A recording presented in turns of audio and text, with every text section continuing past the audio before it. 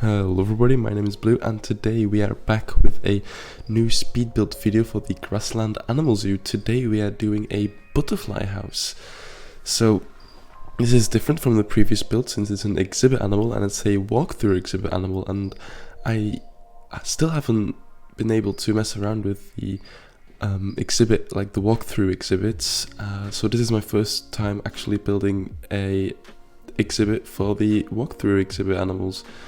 And I must say it was really fun, it was really different. In this build I actually used two exhibits, as you can see, just to make the whole dome larger, and this whole zoo is inspired by, well, not the whole zoo, what am I saying, the whole enclosure is inspired by a zoo from Britain. I can't remember the name, as always, but it had a really nice butterfly house using these curved netting, and yeah, I basically took inspiration from that shape, as you can see, and it's a very unique shape, so I'm glad I used that as a reference. So the actual building is quite big, but it won't have a backside since I'm planning to add more stuff to this building. For now it's just a butterfly house, but in the future I'm planning to maybe add some reptiles, so there will be a small reptile enclosure, like a reptile house for some grassland reptiles, like a monitor lizard or a Komodo dragon or something like that, and maybe some other smaller mammals or animals in general from the grassland area that would be suited to put inside.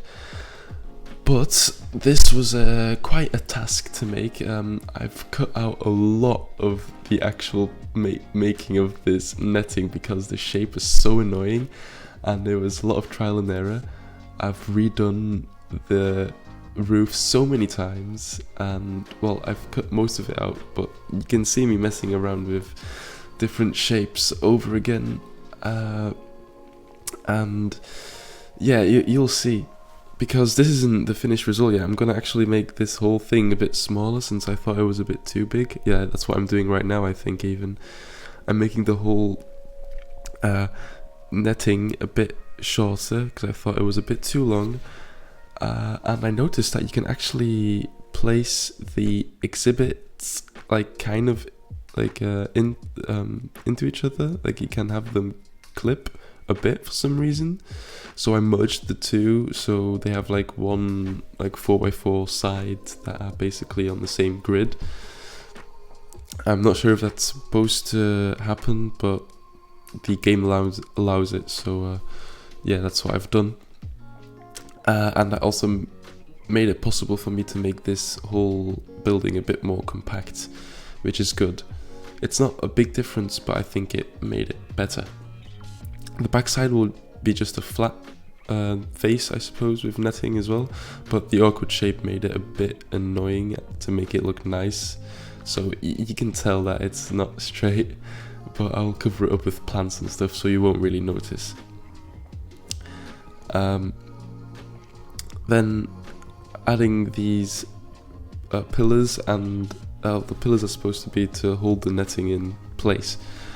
And then for the, like, I suppose the actual building, there will be like a really big lobby and also an entrance to the reptile section, so that's what this is, and there's a little window to both sides, and then this is the actual entrance to the butterfly house, also inspired from the same zoo, and using these bricks from the Planet Zoo theme, I think.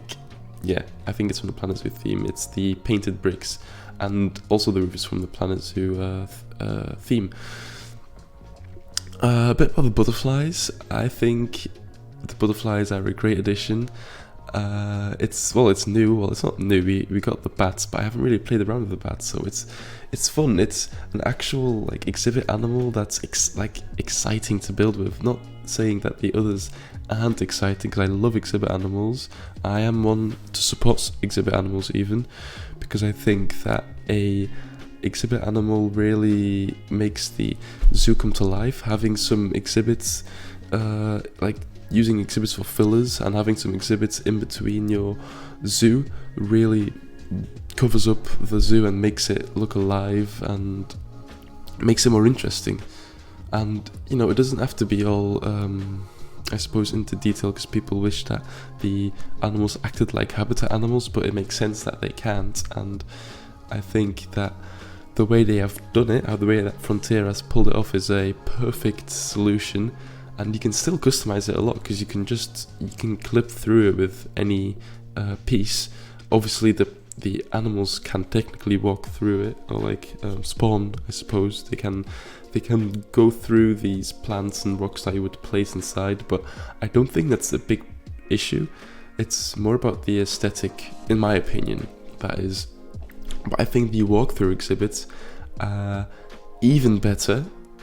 They're a great step to making the exhibits even more interesting, because there are a lot of things that could be changed about exhibits, and I think a walkthrough exhibit is definitely a very needed thing, because things like bats and butterflies are now allowed because we have this walkthrough exhibit. And in the future we may see some birds, some avian dinosaurs, so or some ones that can actually fly, because obviously we have birds in the game, but actual birds with the ability of powered flight, which would be quite cool. And well, technically we have birds with the ability of powered flight, like the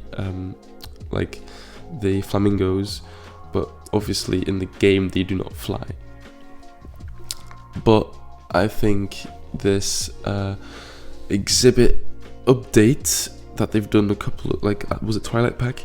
It opens up some new possibilities.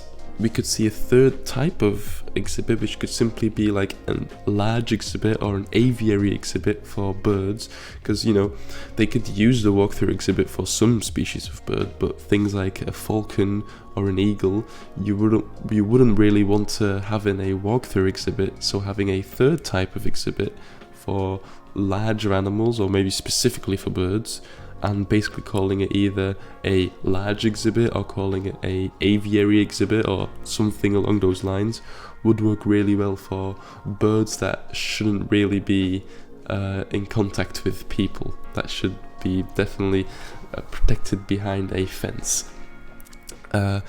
So I think that's an idea that could definitely be become a real thing, in my opinion. It's very realistic to think, especially now that we have the walkthrough exhibits. But all those discussions about walkthrough exhibits aside, meanwhile I have added a load of grass on top of the entrance that same that I've done for a lot of the different builds in the previous episodes. It's to give it a very ecological feeling, I suppose. And then also on the inside, I added a really big face with plants to cover up the back wall, and I think that looks really good as well. Now the inside will look a bit bland, but trust me, it will look good in the end. For now, especially because the roof is just completely black. Maybe that's one of the reasons it looks a bit weird, but trust me, it will look good. I will make it look good. I tried this glass, but I ended up removing it anyway, so but yeah, mine, if you hear me sniff or cough, that's because I'm a bit ill, but I'm still here making videos for you guys.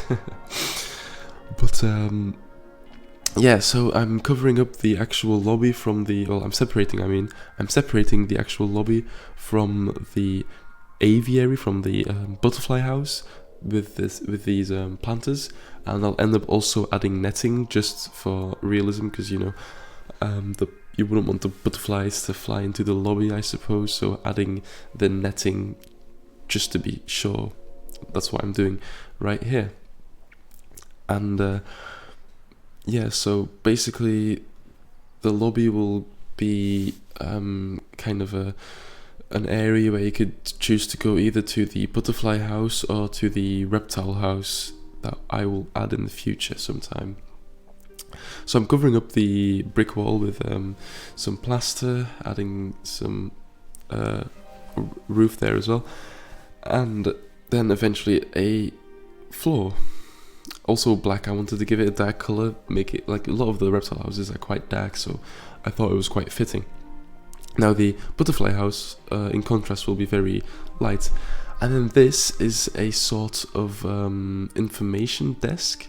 It's supposed to be some education about the butterflies and the conservation about butterflies and stuff. And there will also be like a desk. I just imagine that there would be a staff or like a educator behind the desk explaining about the butterflies, or educating about other things, maybe conservation in general. And there will also be like these little terrariums where I imagine they would incubate the larvae or the chrysalis from the butterflies. So yeah, it's like a whole lobby section, and I think it looks quite good. So yeah, this is the actual desk building that I'm building right now, a wooden desk. And I imagine there's a load of different like signs and information and stuff on the desk. I didn't bother to add those kind of details specifically, but I just wanted to have a desk there to give the kind of an idea that there would be stuff going on. And yeah, butterfly is definitely important as well when it comes to conservation. I think a lot of people forget. They all focus on the big and cute animals like pandas, but I think people forget that these smaller critters like the butterflies and even bees and even spiders and beetles and stuff also need the same representation and the same love, because every species is equally as important when it comes to the ecosystem, and butterflies especially quite important since they pollinate a lot together with bees and other species, obviously, hummingbirds for example, but butterflies are a big part of this, and they're definitely an important part of the ecosystem, and they have a very important role. So it's very important, in my opinion, that people get educated about the conservation efforts and the conservation status of these species of butterfly, because there are definitely a lot of endangered species of butterfly as well. Every kind of animal has their endangered counterparts, I suppose. Every animal is threatened somehow. Even the animals labelled least concern have problems with people, basically, because people like to be like that, which is very unfortunate. But that's what zoos are for. They're here to educate people, and which is a very important role of a zoo. But now we're at the most fun part, and also at the end of the speed build, which is basically just adding a load of plants. Plants are always fun to do because it's not low effort, but it's very chill. You don't have to think, less mathematics involved or like measurements and angles. It's just, you just place down some trees, how you feel they work, what feels right and what looks good. And it's very lush. It's a very lush butterfly house, a very lush aviary, if you can even call it. Is it called an aviary? I'm not even sure. I don't think so. I think it's just a butterfly house, because an aviary I imagine is specifically for things like birds and bats, not specifically for insects like a butterfly. But yeah, that's the end of the speed build, and well, enjoy the rest of the speed build.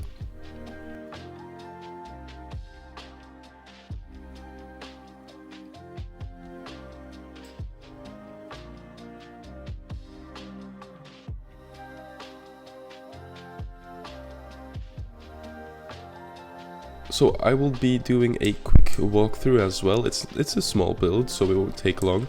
But as you can see, I've added some detail in front with some planters and adding those butterfly statues that we got from the Grassland pack, which look amazing. So yeah, just adding a bit more detail in front. I've added some extra planters and stuff just to make it more alive. And as you can see, a reptile house will be coming soon. This is why this building doesn't have a back, because I will be adding some reptiles from the grasslands. This whole building is inspired by a butterfly house in Britain somewhere, and it's also similar with a aquarium, but instead I'll be doing some grassland reptiles. And there's an information desk, although I think I've showed that on the speed build as well, and I've added some more planters with those same butterflies, some more planters here as well. And let's take a look inside, shall we? So the inside I think looks really great because it's very lush.